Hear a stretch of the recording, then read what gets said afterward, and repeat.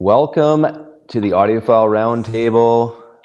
My name is Steve Westman. Thank you so much for joining me today. I'm excited. I'm going to put myself out of here. There we are. If I can get out of here. There's Jason. Well, that's not what I wanted, so we'll go back here. Hang on. There we go. There we are. There's my panel. Thank you so much.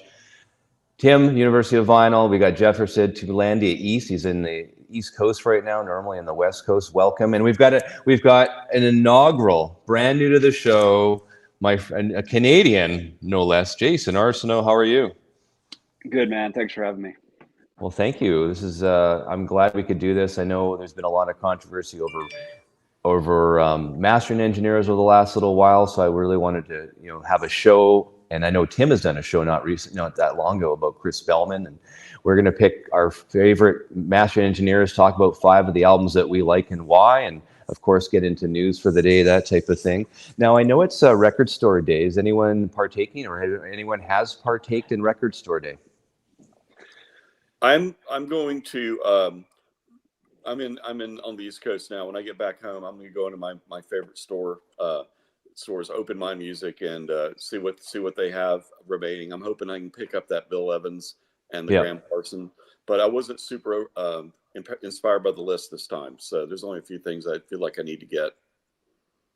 I went out around 10 in the morning, and we had snow overnight here, so I wasn't going to get in line at 8 o'clock, and I typically don't do it anyway. But I did pick up. I picked up the Bill Evans, and I only got one other title. It's the first record from the Bottle Rockets, if anybody knows. Oh yeah, we love the Bottle Rockets in our house. This apparently had never been on vinyl, so wow.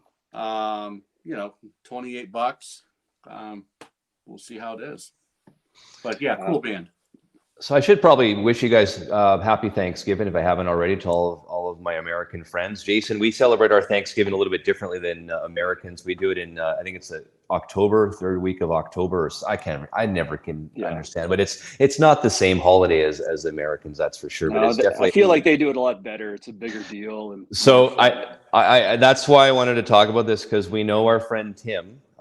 We know from the reason why he's not buying Asia. I have a video of Tim's turkey, the $150 turkey. Does everyone want to see that? Yes, please. Oh, absolutely. Okay, hang on. I got to find it here. I got permission from Tim to play it. So let's watch Tim's $150. I call it the Asia. Maybe call it the Asia turkey. The Asia turkey. Okay, here we go. Sounds good. Yeah. All right, let's see. We are 2 hours in. Woo. You can see that I've got the skin pulling away from the bones already on those legs, and I look like I have. Oh God, yes! This is a very incredible. It's going to be a very crispy skin. The dry brine is the way to do it, ladies and gentlemen. You've got to do a dry brine overnight, at least 24 hours. This is looking great. I'm thinking maybe only an hour and a half is what we're going to need here. More to come. Stay tuned. So was it an hour and a half? It was actually just like over an hour. It was kind of cooking kind of fast, and I had to turn the temp down. Turned out great. If anyone's ever smoked a turkey, if you know, it's great. Mm-hmm. Yeah. Turned out. I should have given you the after video, but go on my Instagram if anybody is interested. University of Vinyl, and I've got a couple stories up there. So I did title it our top 5 picks each from our favorite master engineer plus Spatchcock results. So those are the Spatchcock results. It turned out great. A crispy skin, brine overnight, right? Is sort of the trick you're saying to everyone. A lot of people will put these things in a 5-gallon bucket with all these aromatics and liquids, and I actually have watched a bunch of videos on this, and you just put on kosher salt and some herbs, maybe a little lemon zest, and put it in a refrigerator overnight uncovered, and it kind of pulls the moisture out of the skin. And if you're real can I say anal, if you're really anal about this process, it works out great. So anyway, I get the impression Tim is like foodie and vinyl, just vinyl a little bit more, but following his accounts, it's It's always just makes me hungry either to spend money on food or spend money on records. So my non-record Instagram, 90% of it is food stuff. So I will ask you then, did you play Asia while you had your turkey in the on the barbecue? No, we and I believe it or not, we just kind of streamed some classic jazz, like a playlist off of Spotify over dinner, and it was delightful. So anyway. So, I mean, you're a big Steely Dan guy. I mean, we've talked about Steely Dan endlessly on our show and other shows. We have this one coming out December the 3rd, Gaucho. I'm excited about it. 1980 Grammy Award winner. Now, here's the thing. Now, Gaucho was really well produced, well recorded. It sounds great. And of course, right out, that was their last album before before I guess Becker got into his drug issues and stuff. And then, of course, Nightfly came out in 1982. Now, there's a lot of similarities between these two albums, Gaucho and Nightfly. And I was listening to them back to back, and I really wanted to, from an audiophile perspective and the sonic perspective. And the big thing that I really drew me to both albums sounding alike were the drums. And so I looked deeper into it, and I found that on Gaucho and Nightfly, they used something called the Wendell. Yep. The Wendell was basically the drum machine that was used in all the tracks that Roger Nichols controlled, and then they used a drummer to fill in any of the spots that needed to fill in. So if you listen to Gaucho and then you go and listen to Nightfly back to back, it could be a double album. It really could be. And so I find that interesting that they're using sort of the beginnings of AI back in the 1980s. So there you go. Mm-hmm. So the Wendell was, a Roger Nichols thing, and I think that's, and I've always been attracted to the drum sounds on both of those albums. So it makes a lot of sense. I really didn't look into it further than just now, because I just assumed it was drummers, but no, it was a Wendell drum machine. Cool story about Gaucho there, and these things have surfaced on YouTube over the last several years now. It was heading towards a double album. But midway through that process, Becker was really having issues, and I think Fagan was getting stressed in this whole thing with the second arrangement song. It just kind of took the air out of the tires, and it ended up being a single record. But there are 2 or 3 songs that's like, wow, holy shit, why isn't this on this record? Mm-hmm. Really, mm-hmm. It's interesting if you're a Steely Dan nerd like some of us are. Where are those? Are those songs available on YouTube, Tim? Yes, yeah. The Bear. I know one of the tracks is called "The Bear." It's an amazing song. Mm-hmm. Well, I mean, so December 3rd, UHQR Gaucho, and I just from my conversations I had with Patrick Milligan from Rhino, it sounds like he's probably looking at doing at some point the Nightfly as a reissue through the Rhino. I mean, no guarantees of that, but that's a possibility. I don't know. So that'll be interesting to see if that happens in the next year or so. But has anyone pre-ordered Gaucho? Or are you going to get Gaucho? I have, yeah. So I will tell you, as my fellow Canadian will agree. I mean, buying Gaucho, it's the exchange rate more than less it kicks us. So I mean, of course, there's shipping and all that. Everyone has to pay that, but just exchange. We're looking at up to now $250. Is that? Yeah, $250, and then FedEx will give us this duty thing, which apparently I've had viewers tell me you can get that back or whatever. But I think it's more the exchange is the issue. A 35% hit is a lot. Hey, Steve, have you ever ordered yet from Mike at the In-Groove with this new international shipping? I wonder if it kind of advertises itself as though there's less of a hit or that all the fees are up front, which I find hard to believe. But have you ever heard of anyone on our side of the border ordering from Mike yet to see if that rings true, that it's a little bit cheaper? If anyone has, please let me know. I'd be curious to hear what it costs. It's kind of hard to believe, but I'm hopeful that maybe there's a cheaper way to get a decent record out of the States. So here's what I did. I mean, over the last week I was listening. This is my original Don Henley, End of the Innocents, right? This was up for like 7 Grammy nominations. I mean, this is 1989. Now, I found it really interesting. You know how Don Henley's very political. And then for years, you guys in the States had, the whole Russia gate when Trump became president. He had this Steele dossier with this Steele guy, right? Remember this? I'm going to put him up. I mean, I know you guys all remember this. There he is there. You can see that. Okay. So there's a song on Henley's album side 2. It's called Give Me What You Got. Okay. And you know how they had the whole Trump peeing and getting peed on or whatever in the hotel or whatever. Yeah. So I think Steele Dossier got it from a Don Henley song, and I don't think the FBI figured it out. So us in the vinyl community today are going to crack this. So I have the lyrics right here, and then so he does say, I mean, the song is "Give Me What You Got." I'm trying to find the section here. Give me a second. So he says here, they're just all these trumped up towers. They're just golden showers. Oh my! What are the? Where are these? Where are people supposed to live? So I think this Steele guy was listening to "Give Me What You Got," and they were drinking one night. And said, "Oh shit, this sort of goes with the Trump thing." And then I mentioned John Henley mentions Trump as golden showers.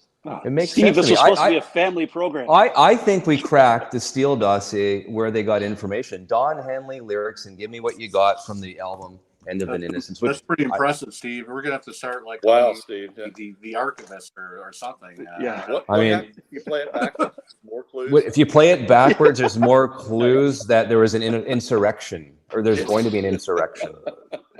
I'm not political at all. I'm not political all at all. The signs are there. But I listened to that song and I was just like, "This is hilarious." I mean, Trump towers, golden showers. It sounds brilliant. I mean, let's put it in the dossier. This sounds great. Keep saying Trump, and the algorithm's going to kick in, Steve. Is that bad? I don't know. Oh God. Oh God.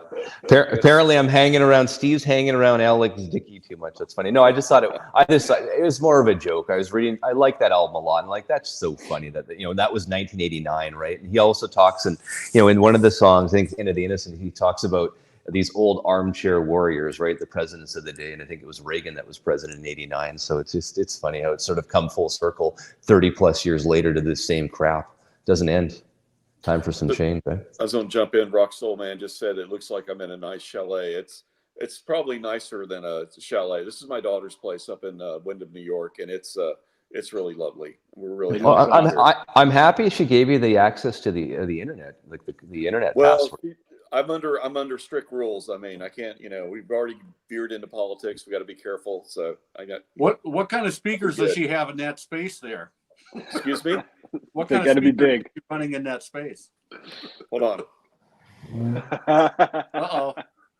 Hey, do you guys? Have any of you guys Smiths fans? You like the Smiths?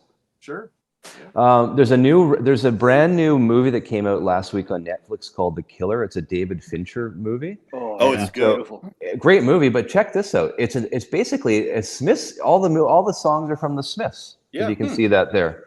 So and so what David Fincher did is when he was filming the movie at the time, he didn't know what music was going to be broadcast, right? He didn't know what it was going to be. So in post-production, he's like, "Oh man, I think we should use the Smiths." So in post-production, he put all those Smiths songs in. So if you guys have seen the movie or haven't seen the movie The Killer, check it out on Netflix, because it really the songs themselves and the scenes really go together perfectly. And I think they did a great job in post-production putting it all together. And then there's probably, if you're looking back, let me see.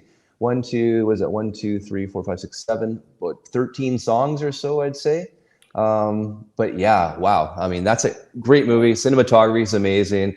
The narration is amazing by the lead actor. And, I stayed awake the whole 2 hours, which is rare. So that means it was really good. We watched it last weekend. I was blown away. I strongly recommend it. So to circle back to your question, Tim.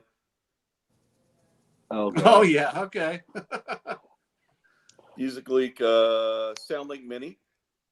Yep. So maybe we could say instead of Tubelandia East, it's Bozelandia. I don't know.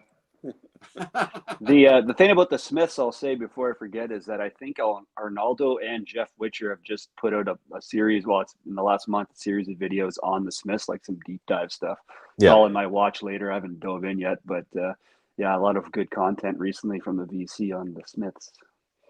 Marco said that the Nightfly is played by real drummers and also some of Gaucho. What I was saying that they definitely used the Wendell, and there was the drummers filled in areas as well. Absolutely. It wasn't 100% Wendell drumming, but yeah, definitely there was drummers on both albums. So any other news or releases you guys want to talk about? I know a Record Store Day, I looked at the list, nothing too exciting. Here in Vancouver, I know you on the island, Jason, this Record Store Day is not a big thing here in Canada, at least in where I live around there. I mean, you don't get a lot of the titles, so it's not really anything that's exciting for me. I picked up Sunday afternoon at the Vanguard, the new OJC. It's really good. Did you have the AP to compare to, Tim? I did not, no. Okay. No. But, for a $40 record, audiophile, Kevin Gray, sounds really nice. Yeah, nice. I don't know if I asked you guys this. I mean, we know that Rhino's coming out with the Adobe Brothers was Captain and Me in is it January? When is that supposed to be? Anyways, is anyone gonna, it just came out, I guess. So anyone buying that? Not up my alley, no. Yeah. No one. I'd be curious to know how sales have been on that one. I'm very curious to know how they're doing with that. They have such a tough job. I can't imagine trying to please people like us. That's pretty tough. we're high maintenance. There's no question. Yeah, we are high maintenance. Oh, hang on. So December 8th is the date for Gaucho, apparently. So Okay. I think I might have said December 3rd. So yeah, December 8th. I did not pre-order it. I'll probably wait. I want to hear some reviews first from the Peanut Gallery, and then I will definitely have a look at that one. But I do have the Gaucho. I have the original. I have the Tim. I have the MC8 half-speed mastered Gaucho that came out probably 1981, maybe just a year after the Gaucho came out. So those are the two that I have, and I mean, I'm pretty happy with those ones. So we'll have to wait and see. So does anyone want to go first? I mean, we know that master engineers we're going to talk about today. We've had, I don't know about controversy on the roundtable. We had certain guests on that didn't like a lot of the master engineers, so we wanted to go back and talk about some of the ones that we like. So I asked my group here to pick some mastering engineers and 5 albums that they like, and I know Jefferson sort of broke the mold a little bit from what I went you off did. the reservation a little bit. And that's fine. So maybe we'll start with you. And Okay. I have the pictures for you because I know you're sort of off campus yourself right now. Yeah. So we'll start off. I think I know the guy's name, but let me find it here. Or do I have his picture here? If I don't, I apologize. I definitely have the albums. Let me see. So this fella here, tell us who this guy is. Okay, so this is Warren Dewey. He was a mastering engineer, more of a recording engineer, really. Recording, mixing, mastering. He did a little bit of everything. And he was really, throughout the 70s, an assistant engineer to like George Massenburg and then a lot of other people. But he was someone that he used to work for Dylan's manager, whose name escapes me at the time. And basically was his assistant, and then he worked as an engineer in New York City, and then he moved to the West Coast in the LA area, and he did a lot of mastering there. I got to know him because he had a bunch of Macintosh stereo gear that he had in upstate New York when he was living here 30 years ago, and it was supposedly stolen. He got to get a big insurance payout for it, but then 30 years later, they actually found all of his stuff that was stolen in a warehouse, and so they gave it back to him. And he had all this Macintosh gear that he opened up a stereo store in Berkeley. So that's how I got to know him back and forth. And it was about the same time I was getting into tape. And so he was a recording engineer. And so he gave me a lot of tips. For example, you've heard Kevin Gray talk about the best way to do dubs is to do it backwards, right? So he had told me that, right when I was getting into tape. So I was making really good dubs because of it. And I was trading with some other people that were engineers that did dubs. And they were like, let me let you in on a little secret. You got to make these backwards and they sound a lot better. And I'm like, yeah, I knew that. So I felt like I got the secret knowledge from Warren. But anyway, his biggest claim to fame, and I've just picked 5 of his albums that are well known, not necessarily my favorites, although most of them are. And he was either the recording engineer, the mastering engineer, or the mixer on these. But so no uncertain order. He did. Hang on, I'll do this one first. I have the order. Yeah. I have. Yeah, the reverse order would be great. So this is the Motels' first album. This is one of Warren's favorite bands, and he just loved the singer's voice and said she was one of the most pleasant people he ever worked with. So and that's it's kind of like, what would you call it, pre-new wave or post-punk rock or anything. I mean, it's a good album, but it's very, very poppy. The next one he was involved with was both the Blues Brothers. He worked on the soundtrack of that, and he just talked about how John Belushi was such a hoot working on this. And they did, I don't know, like 17 takes of "Give Me Some Lovin'" because he wanted to get it just right. So that was pretty funny. And then the next one, well, that's the most famous one he did, is "Waiting for As he's happy. Yeah. Oh yeah. So this, See, I've lifted the ban, you know, so there's no ban on well, Little I Feet thought anymore. When he's not here. wasn't here, so maybe we could slip in a Little Feet conversation without there being too much Yeah, trouble. sure, go ahead. But the thing about Waiting for Columbus, not only is it one of the best live albums of all time on like anybody's list, but it's just, you know, you have Alan Toussaint doing the horns, you have Mick Taylor on a couple of tracks, at least on the extended version. And if you look at the liner notes in the second paragraph, they mention the Sweet Sounds Caught the Tape by Warren Dewey. So they gave him a big shout out in the liner notes itself. And I think if you wanted to get a flavor of Warren's personality, which was great, is get the Rhino, I think it's 2002, maybe 1999, double CD, which has a bunch of outtakes on it. Warren wrote most of the liner notes for that. He talks about how he had the idea of having the marching band come down for Join the Band at the very beginning. It was the band was actually walking down the aisle onto the stage. And yeah, just really, really great, great man. And so that was the big one. He also worked on Kiss's Hotter Than Hell, as well as the first album, but this is the one that he really, really liked. And last but certainly not least was the Boston Self-Titled. And he actually won a gold record for that. If you could post that, Steve. Got an award for that for engineering. So anyway, he was just a great friend, a great guy. And you know, you talk about mastering engineers, and they're great. They do a lot, but they can only work with what they have. And a lot of people just kind of shine on the recording process. It's like, well, you just get it to tape and then we'll take it from here. But you got to do it right. Your machines have to be set up right. You have to know what you're doing. You have to know where things are mic'd. And I just, you know, I don't think a lot of recording engineers get as much credit as they deserve.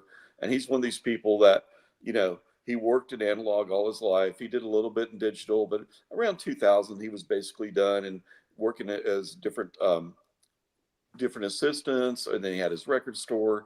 But I just wanted to take this opportunity to kind of squeeze the rules enough to highlight Warren, because he was a great friend and a great engineer.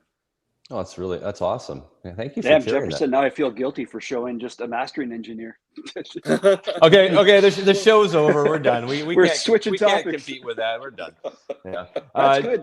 That's a great point, though, because we, like in the VC, we're also hung up on, okay, who's the artist, who mastered it, where's it pressed, and then you kind of forget about the rest of the process. And we'll talk about producers, but that's a pretty good point. I guess people should start paying a little more attention to that. And if it's anything like mastering engineers, it's quite fun to find the sound of someone you like and then kind of go through the catalog of what they've done, right? And that's a good point too. I mean, Roger Nichols, who was a producer for Steely Dan, I mean, the Steely Dan sound, and I know Tim will agree with me, is, you know, Roger Nichols had a lot to do with that sound going back. I agree. I was mentioning the Wendell drums. I mean, that was a Roger Nichols thing that brought that in to make it sound a certain way, right? So that is Roger Nichols, and he was a big part. They called him the Immortal Roger, or Roger's the Immortal Nichols, or his nickname was through the boys. And so, yeah, I mean, that's a big reason why the Steely Dan was successful. They had a great engineer like Roger Nichols. I mean, that really helps. I mean, same with the Beatles. George Martin did great work for them as well, right? It does help. So on the song, okay, so I think we're doing, I know Patrick, we've talked about this, Patrick, we're going to do a blind shootout on, you know, the UHKR Asia, the Cisco Asia, my Better Records Asia that I have to send to Patrick, and I think one other one. Now we're going to do the song Peg. I think that's the one we're going to do blind shootout. Does anyone know, I mean, we know it's Michael McDonald that sings the Peg part. Does anyone know who the first artist they had sing the Peg part but got fired because, I guess Fagan did not like the way it sounded? You ready for this? Okay. Lay it on. Really? You and your Don Henley pushing. Okay. I think he was introduced to, or I mean, Linda Ronstadt and him are friends. So I don't know if Linda Ronstadt was in the studio with Don Henley, but Gary Katz, who is the I guess the producer of Steely Dan. They were listening to it, and Fagan turns to Katz and says, "You got to get them out of here. I don't like this. I don't like the way it sounds." So had to fire Don. Think about this. You had to fire Don Henley. That's an ego to And balance. I think too. I think that is still an ongoing thing, or has been for years. So it's firing Don Henley. So that would have been interesting to have Don Henley singing on the Peg song instead of Michael McDonald. I wonder where Don Henley's career would have gone if he sang on Peg and not Michael McDonald. Wow. Hey, Steve, I just want to address someone in the comments. Yeah, go. This showman Douglas asked Jeff who his favorite Douglas is. If you have to ask, you don't know. There you go. Okay, so Jason. Okay, Kevin Gray. I think everyone kind of knows that guy's name. So right? tell us, surprise. Kevin Gray. Who's that again? I don't know. He's just some up and comer. I think he's been around for a couple months. So I went through what I had for Kevin, and I have, I don't know, probably a dozen or so albums of all Kevin Gray stuff. Some of them are mastered by, some of them are lacquer cut by, and maybe a little bit in between.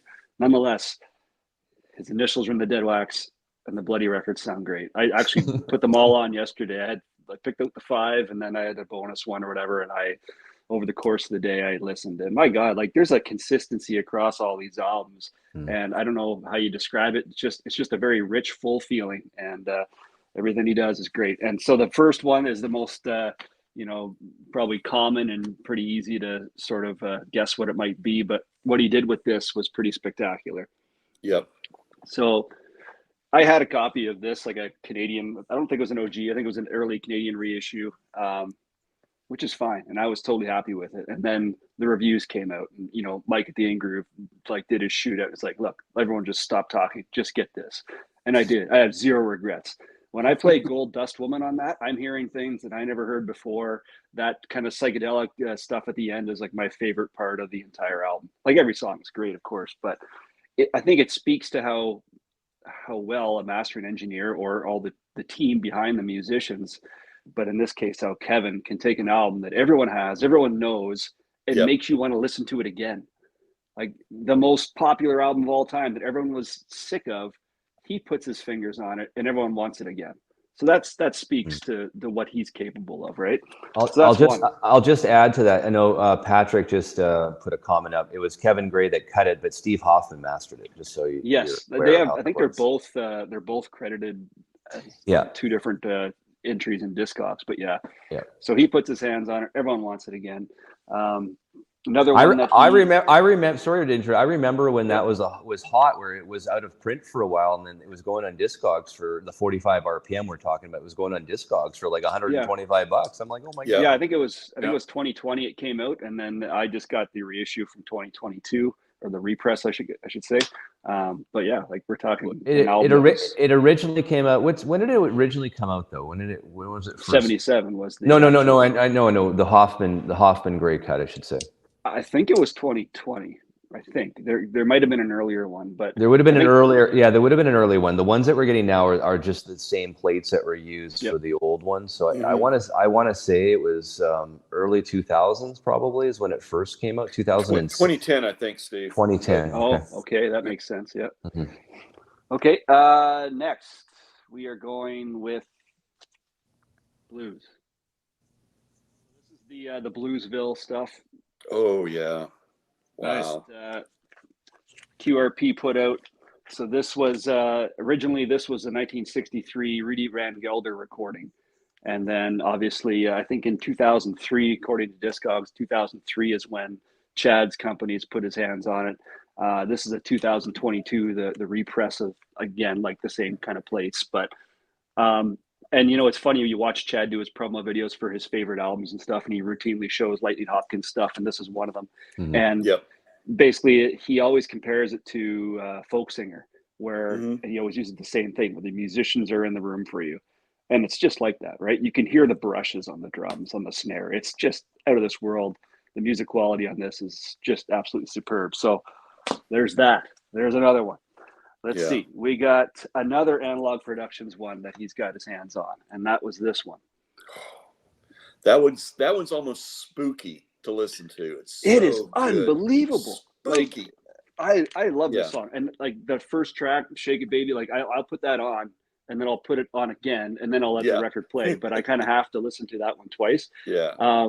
Anyway, so I got this. When did I get this? This is another 2010, just like the Rumors 2010. But I got this at the 2021 repress stage because that's when I was starting to collect. And no regrets. This is one of my favorite records I own, and definitely one of the best sounding ones in my collection for sure. And sticking with the blues theme, obviously, this one came out 2013 on Sundays, and I think Kevin did quite a bit of work for Sundays, and maybe I don't know what affiliation he has with that company, or he had maybe a contract, but he did this. Mike Bloomfield, Mike Cutting Out. So Bloomfield goes into the studio before he really starts with any band, lays down a bunch of stuff, and so this was like a compilation of all that work that was done in the studio. Kevin gets his hands on it, makes it sound incredible. And I'm a huge Bloomfield fan.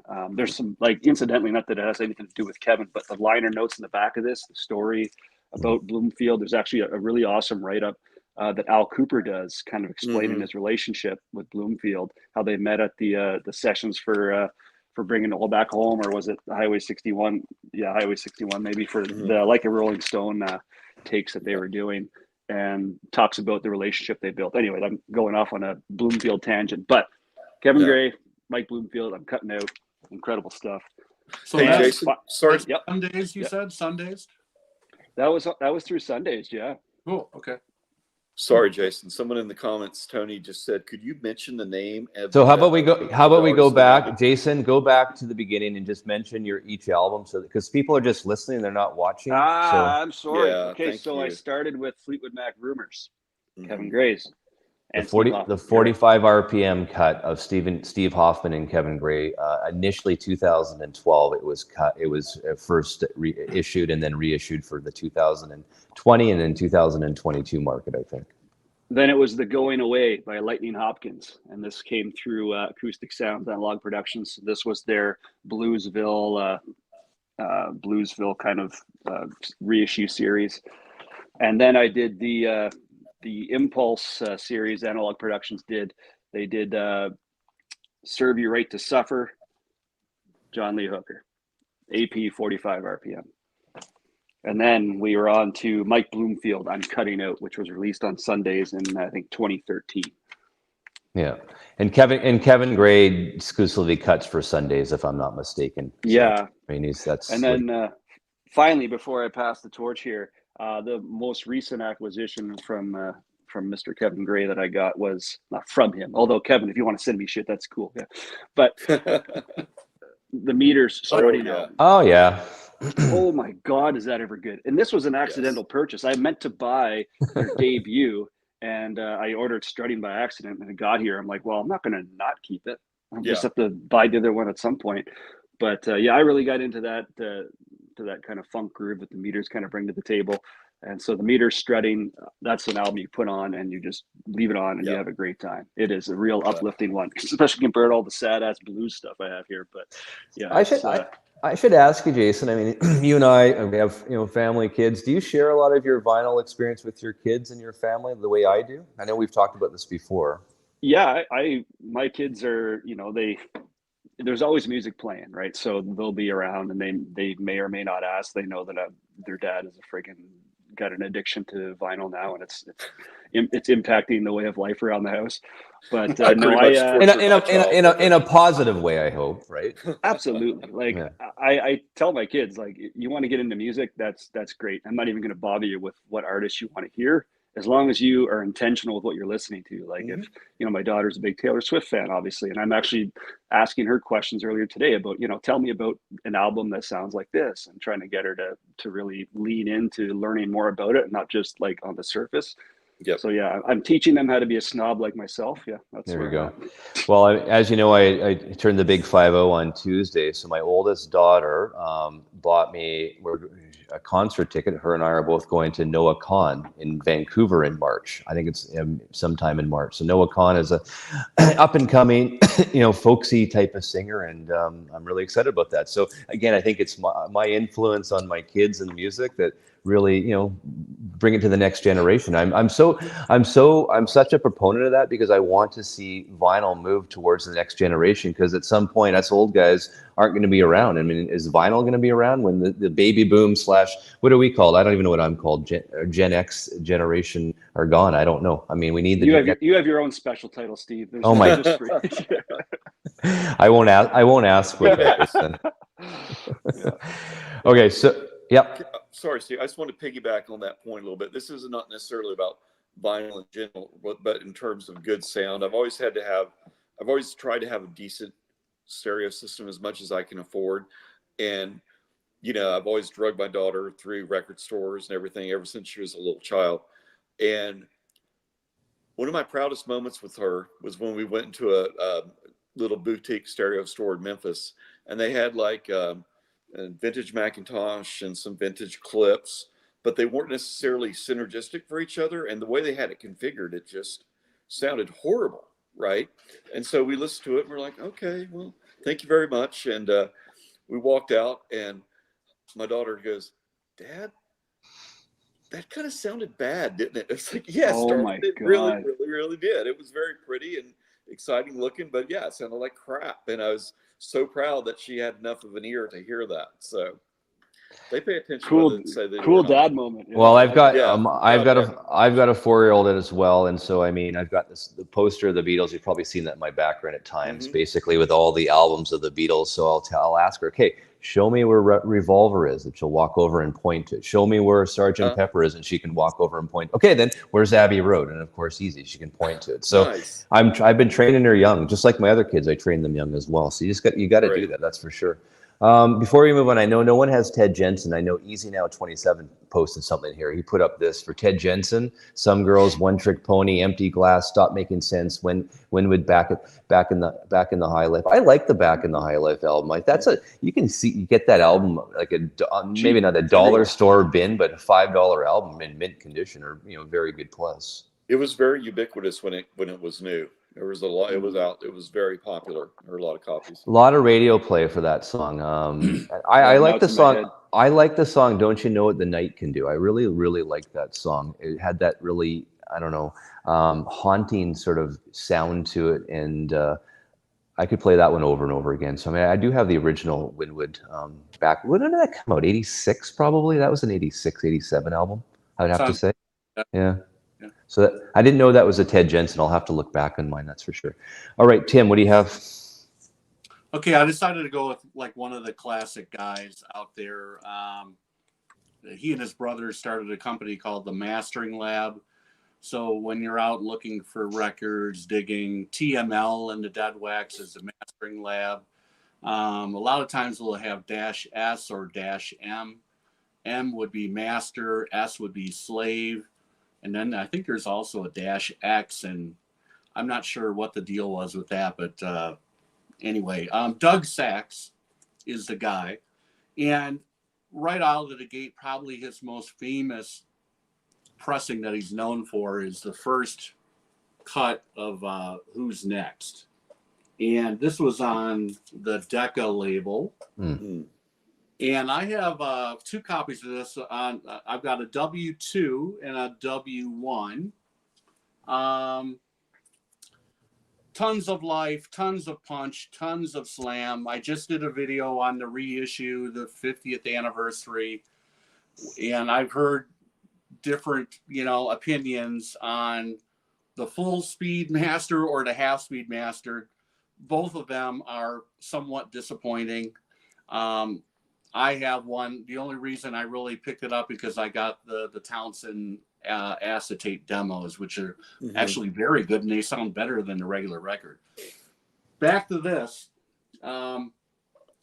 If you can find one of these, the big deal with this is clean condition on, this is a 51-year-old record now, or older, 53-year-old record, I think, 1971.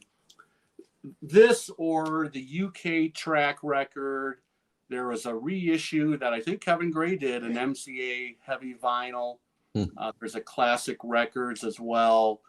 But I really love this. And Doug Sax has a certain handwriting style The catalog number on this has got 3 8s in it, and they're all slanted to the right. So if you find that, you know you have a Doug Sax copy. There's no TML.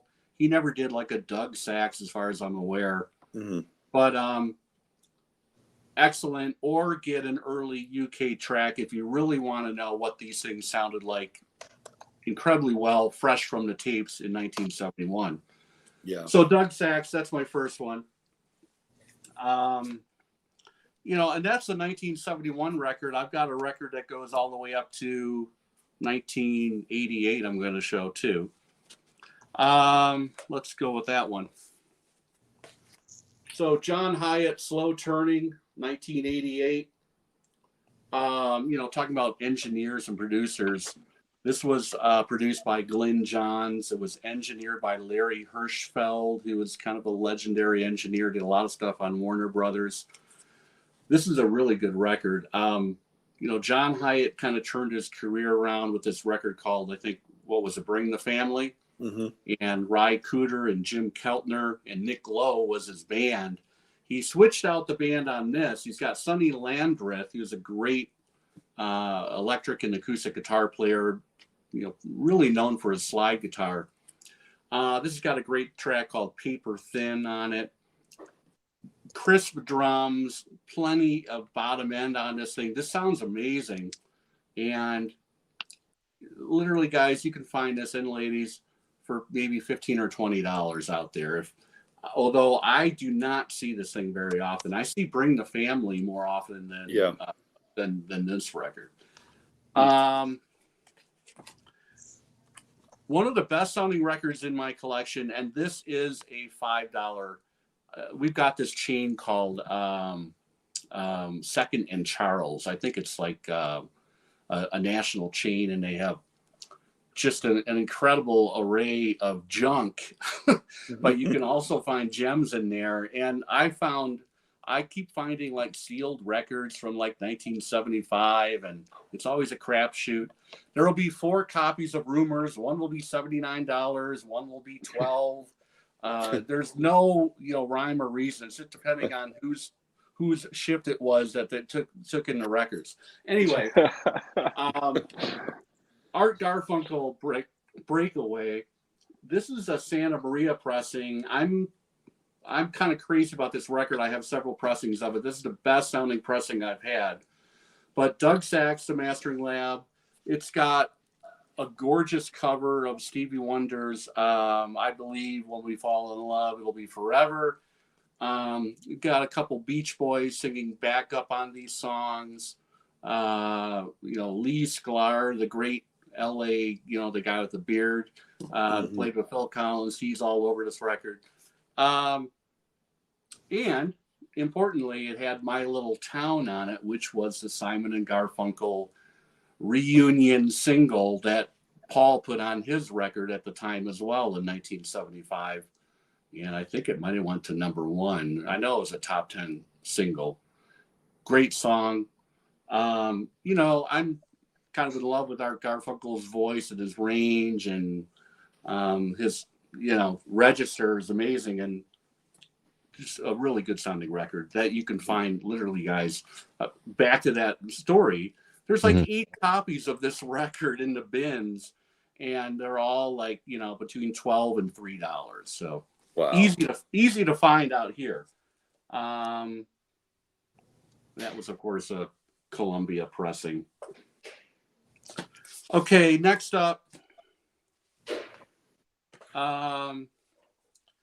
Okay, this lady she was huge in the 1970s, into the 1980s. The issue with her is you can go get her entire catalog, but if you have a short attention span, there's like only 1 or 2 good songs on every record. Well, go get this comp. It's an amazing comp. Another record is cheap, easy to find. Look for a clean one, of course, but these are her Elektra years albums before I think she went over to Warner Brothers after that. And where's my track listing? You know, anything and everything that you would want to hear. Mockingbird, Haven't Got Time for the Pain, You're So Vain. What else? Attitude Dancing. That was kind of a dark horse. Anticipation. Great sounding record. How many was that? 4 or 3? Keep going. Keep going, Tim. I think I'm on number 5. Okay. This is one of my favorite records. Doug Sachs did the first British cut, and he did the American cut. And he's had a long relationship with Pete Townsend. That's why he ended up doing Who's Next. But in 1978, I think, Jefferson, maybe. You probably know what I'm talking about. Rough Mix. Oh, I think it's earlier than that. But I'd have to look it up. We can look it up. Yeah. Pete Townsend and Ronnie Lane. Clapton is on this record. A bunch of people are on this record. I think Charlie Watts is on a song. Yeah. And these are some of the most gorgeous Pete Townsend pen songs on here. And Ronnie Lane has got a couple really, really fun tunes as well. They really didn't, I don't think they were on the same song together, maybe a little backup vocals. What's the biggest? They were, I love Keep Me Turning. That's one of my favorite Townsend songs. Street in the City is an amazing song. Hard to Hang On To. Yeah. Pete Townsend, Great song. He showed Great up song. on Letterman with Eddie Vedder, and they did that. That's right. I've got the Polydor UK, and I also have a US pressing. This UK just barely edges out the US, but the US, again, pretty cheap record out there, and it sounds great. It's a really fun record, Rough Mix. Doug Sachs, the Mastering Lab. It's a real sleeper and a great album for sure. So Tim, for anyone that's just listening or watching, you just want to just go and talk the 5 titles again in the order so everyone knows which one. Okay, yeah, I've got Pete Townsend and Ronnie Lane. They did a kind of collaborative record called Rough Mix. I showed a comp of the best of Carly Simon, which was taken from all of her Elektra records. Art Garfunkel, Breakaway. John Hyatt, Slow Turning, and Who's Next? So, and this is the thing about Tim's picks. They're not going to break the bank. Your wallet, you can still have money for turkey with these picks. You can. He's so frugal. Yes, I try to be. There you go. For an extra bottle, you have an extra bottle of wine for Thanksgiving now, Tim, because you have audiophile quality picks for, I mean, how much do you think those cost you though? Like they weren't ridiculous when you went. Well, if you're in a shop and they know what they're doing and they know what they have, you're not going to find a clean deck of Who's Next. No. Really, W1, W2. I mean, if that person knows what they're doing, it shouldn't be less than $50. But I find them regularly for $15 to $20, and God, I don't know. It's crazy. If I see a W1 or a W2, it's coming home with me if it's, within that range. And I have a lot of fun. I'll put them through the Humming Guru, and one will have crappy surface noise and like, oh shit, but I'll take that one. Both of these two that I have are clean, and they're nice. So, yeah. Excellent. Well, thank you. So, hey, Steve, what do you got? Okay, so I did sort of preface at the top. I'm going to talk about Chris Bellman because I think he's got a lot of great sounding albums. I really do. So that was a big controversy on our show last Friday. Now, I did a comparison or shootout video about a year ago when Mobile Fidelity did their one step of Eric Clapton's Unplugged. And I know this album because I've owned the original since 1992. I've had it on cassette, CD, whatever. I know how it sounds. And Bellman did a great cut here. This is, I don't know the year, but this is the Bellman cut. And I think it sounds better than the one step. It sounds more authentic. And you can hear the crowd more as well, which is, I think, one of those things a lot of people were talking about when they had the one step. And I felt that Clapton's vocals were a little softer in the one step than this one. And this is a 33 RPM cut as well. And this is my go-to copy. And you can probably pick them up on Discogs for a relatively cheaper, a lot cheaper than the $150 alternative as well. So, I mean, you're saving as well and able to buy another turkey for it. So yeah, this is I think a great sounding Chris Bellman cut for the price. Anyone have this one? Hey, look at it. It's not Don Henley, everyone. See? I'm not Appreciate it. Yeah, but I mean, Don Henley brought us some pretty good fun facts today. You got to admit, that's pretty cool. All right. Another one I grew up with, 1993, August and everything after, the Counting Crows. This is the Chris Bellman cut. Now, maybe someone can answer this. I know that AP Analog Productions did a cut of this as well. I didn't have enough time to go back and check. Who mastered and cut that one for AP? Does anyone have an idea or can Google that or in the comments tell me? I have it, but I don't know offhand. Yeah. And again, I mean, I grew up with this one. I was a 20-year-old young man when this came out. I had it on CD, and putting this one, dropping the needle down on this one, it has the sound that I remember. So to me, I think this one is perfect. I love the Counting Crows. I think they're a great band. I've seen them live in their day. One of my favorite bands, and I mean, I love this cut. What more can I say? So I mean, again, I think you could probably pick it up brand new if you order. You could probably order this on Amazon still for cheap, right? I don't know. Looks like Ryan Smith did that there, Steve. Oh, thank you. So Ryan Smith, another amazing engineer as well. 2012. Yeah. All right. So another one, I did another shootout review a few years ago. I had a Nautilus. I had an original that was mastered by, who was it now? It'll come to me in a second. Someone will tell me. And I had the Chris Bellman cut, Harvest, Neil Young. I mean, this is a killer cut. It sounds incredible. It won in my shootout out of the picks that I had. I don't remember who the original mastering engineer was. If anyone can, I think Patrick might be able to tell me, but if he's on there. But yeah, this one won out. It just had way more soundstage, and overall, I really loved how I could really hear Neil's vocals, which is a big thing in Neil's songs, are the vocals, right? So I really, really thought this was just a killer album. And I mean, again, for the price, you're not breaking the bank, and you have an extra turkey like Tim has right now. So that's the big thing about some of these. Not all of these albums have to be the the special one-step box set as well for them to sound amazing. And I think this is one of them that I don't think you're going to get sounding much better than this. This is great.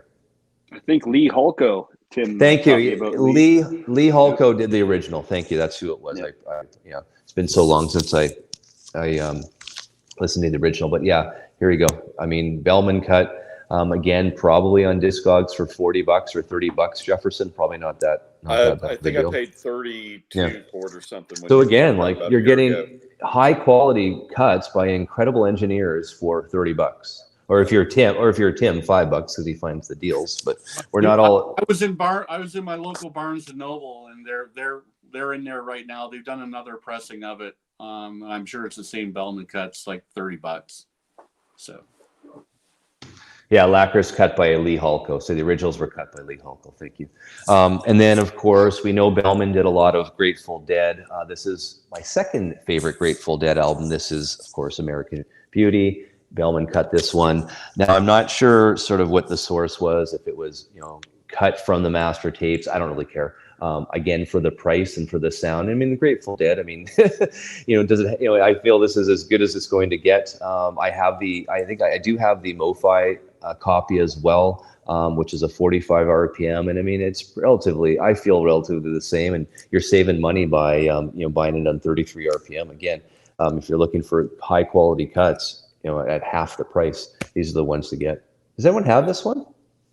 I don't have that one. I have the MoFi and an OG German. I think the MoFi was cut from the original analog tapes, I believe, if you go back to their websites for American Beauty, if I'm not mistaken. That was one of the ones that didn't have the DSD process in it. Mm-hmm. But again, this one's still... I have the first MoFi of that, and it's really good. Yeah. I mean, I guess too, getting back to, we talked about the engineers. I talked about Roger Nichols. You've talked about Dewey as well, Jefferson. That's a big thing. I don't think we give the engineers enough credit in the studio when they're recording these guys as well, which really helps. I mean, it's important. Well, I guess it's one of those things where, if they do their job right, you don't notice. But if they screw up, then there's nothing you can do to fix it. Yeah. I know I don't know if it's Jefferson, but someone on my show doesn't really like live recordings as much as just a studio version. I believe that was that you, Jefferson, that we talked about that. Anyways, if it wasn't, I'm mistaken and I apologize. But this is another. It depends on the Yeah. artist and the album. I mean, At Fillmore East is my favorite Allman Brothers album, so I mean, it just depends. I think in terms of someone like the Grateful Dead, their best work was live, and so their studio albums are great, but to really experience them was at a show, preferably with a head full of acid that kicked in the second set. But yeah. There you go. So one that I really enjoy here. This is Neil Young, 1970 Carnegie Hall, the solo acoustic show, December 5th, 1970. I don't know if this came out, I think, a year or two ago. You could grab it, and I mean, it was obviously It's so good. $30. It's so good, and it's funny too. I like some of Neil's comments. He goes, I can't remember the song, but he starts playing the piano, right? And he has to stop halfway through, and he looks at the crowd. I'm not a really good piano player, guys, and you can hear the crowd laughing. So I really enjoy how the guy actually engages with his audience, which is really cool. So this one again was a Chris Bellman cut. It's a 2 LP, 33 RPM cut. Neil Young, Carnegie Hall, 1970. And I love the back notes. It says it's from the original non-Dolby Scotch 1-inch to ATR quarter-inch tape, mixed and edited at Capitol Studio C from October 26 to 28, 2020 by the Volume Dealers, which who are actually Neil Young and Nico Bolas with assistance. So final editing for this actual album happened on Election Day, November 3rd, 2020. Wow. We're really bringing politics into this one today. I didn't even. Anyways, yeah. Those are my 5 picks. So I'll just go back for people that are listening. Neil Young, 1970 Carnegie Hall live, the acoustic solo.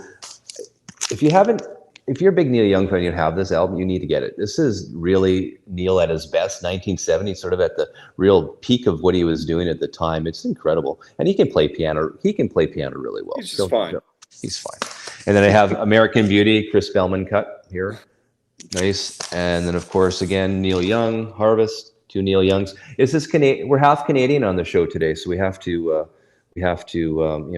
represent here, right, Jason? And then, of course, Counting Crows, August and Everything After. Love it. And then I think I mentioned Omaha was one of my favorite songs, and I didn't realize at the time that in Omaha, it's one of the worst and problematic areas in America for drug use right now. So that's really awful that's going on there. But again, great album, Omaha. Great album, great song. And then of course I mentioned Eric Clapton, Unplugged. Love it. And I didn't. And then no Don Henley. There's no more Don Henley references. I don't want to get screamed at. That's for sure. John Bandy said there's a limit on Neil Young titles, only 2 per.